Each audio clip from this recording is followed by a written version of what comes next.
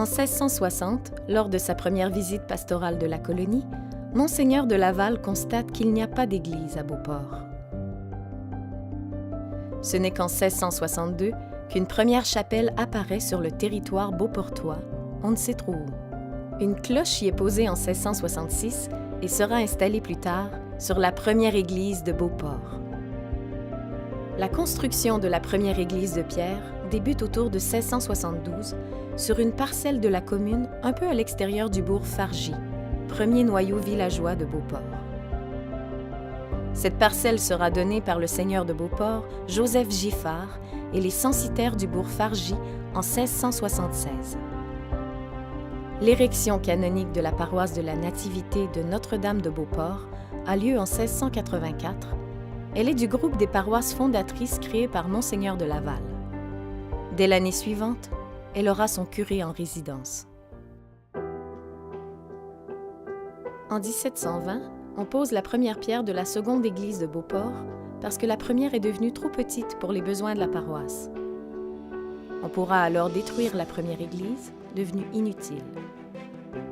La maçonnerie est faite par Étienne, Jean et Joseph Parent. Le plan Récollet, c'est-à-dire une nef unique et sans transept, avec un chœur plus étroit, est retenu pour ce nouveau bâtiment. Les grands artisans de l'époque, Noël et François Levasseur, Pierre Séguin et Jean Baillarger, ont travaillé à la décoration intérieure. C'est aussi à ce dernier que l'on doit les plans des tours, ajoutés à partir de 1783.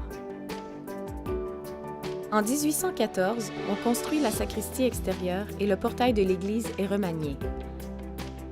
Il sera à nouveau retouché par l'architecte Thomas Baillarger, petit-fils de Jean, qui y ajoute une nouvelle façade en bois.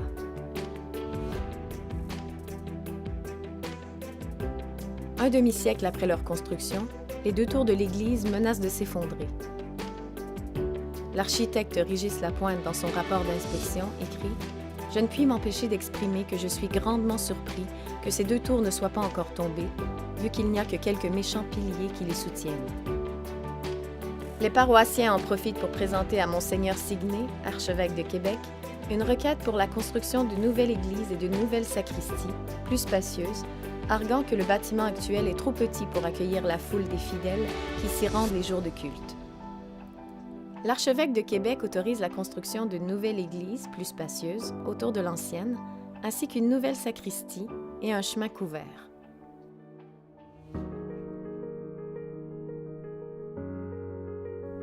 L'église est construite sous la direction enthousiaste du curé Louis-Théodore Bernard, qui ira jusqu'à investir de son propre argent dans le chantier.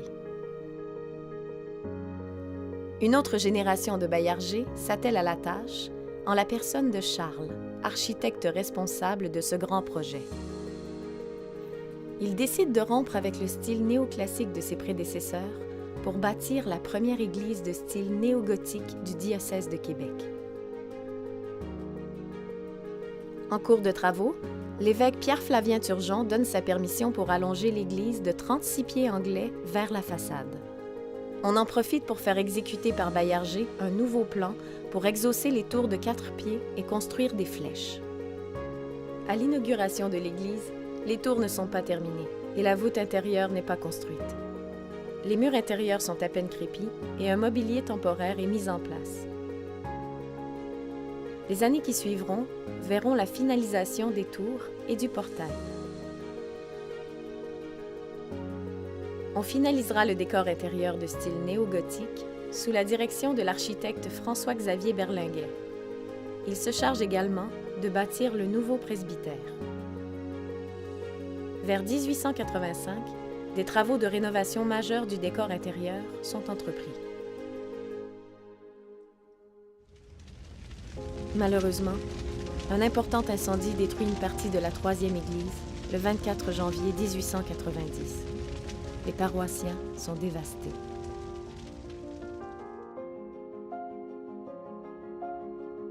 François-Xavier Berlinguet se met de nouveau à l'œuvre, concevant cette fois les plans de la quatrième église en intégrant les vestiges de l'ancienne.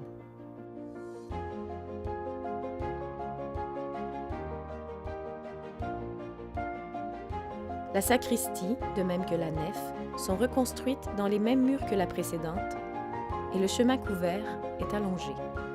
Un nouveau portail sera construit à partir de 1898 devant la façade de la troisième église, l'agrandissant du même coup. La toiture de bardeaux de cèdre peint rouge est surmontée d'une crête métallique. La quatrième église est complétée en 1901.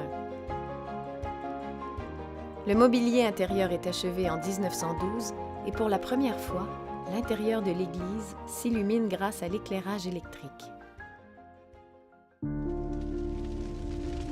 Mais le sort s'acharne sur la paroisse et le 21 février 1916, un nouvel incendie ravage une grande partie de l'église. Les clochers s'effondrent avec fracas, laissant une église en ruine au beau milieu de l'hiver.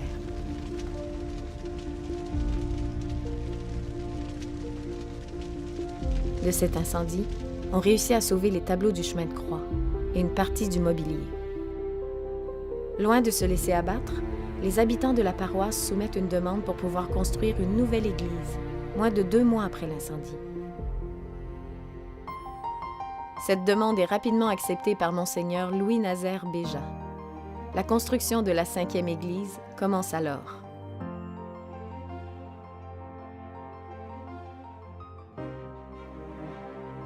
C'est l'architecte Georges-Émile Tanguay qui est mandaté pour concevoir les plans de la nouvelle église.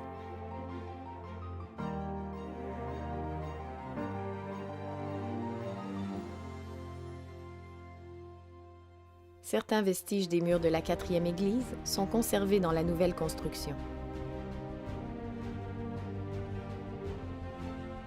On note également la disparition des contreforts des tours de la 3e église. De plus, les flèches ne seront pas reconstruites. L'entrée du transept nord est ajoutée. De la pierre de granit de Rivière-à-Pierre est utilisée sur le mur nord de l'église. Le chemin couvert de la façade sud est également modifié. À l'inauguration du 8 septembre 1918, Monseigneur Paul-Eugène Roy commente la réussite de la nouvelle construction. L'église nouvelle, sans avoir la richesse de l'ancienne, en garde la beauté et la paroisse de Beauport reste en son rang d'honneur. Le décor intérieur de l'église est rehaussé par l'acquisition d'un orgue Casavant dans un buffet conçu par Adrien Dufresne. C'est aussi à ce dernier que l'on doit les magnifiques luminaires de cette époque. La toiture originale d'amiante est remplacée par une toiture de cuivre qui est toujours là aujourd'hui.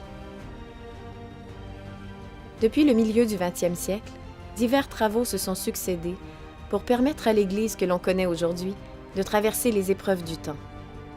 L'église, la Nativité de Notre-Dame de Beauport, occupe une place importante dans l'histoire religieuse québécoise, parmi les premières construites au Canada. Elle a vu défiler les plus grands artisans et architectes à travers les époques. Les paroissiens et leurs pasteurs en tête ont toujours su se mobiliser face aux épreuves pour sans cesse reconstruire leur lieu de culte et le garder jusqu'à ce jour bien vivant.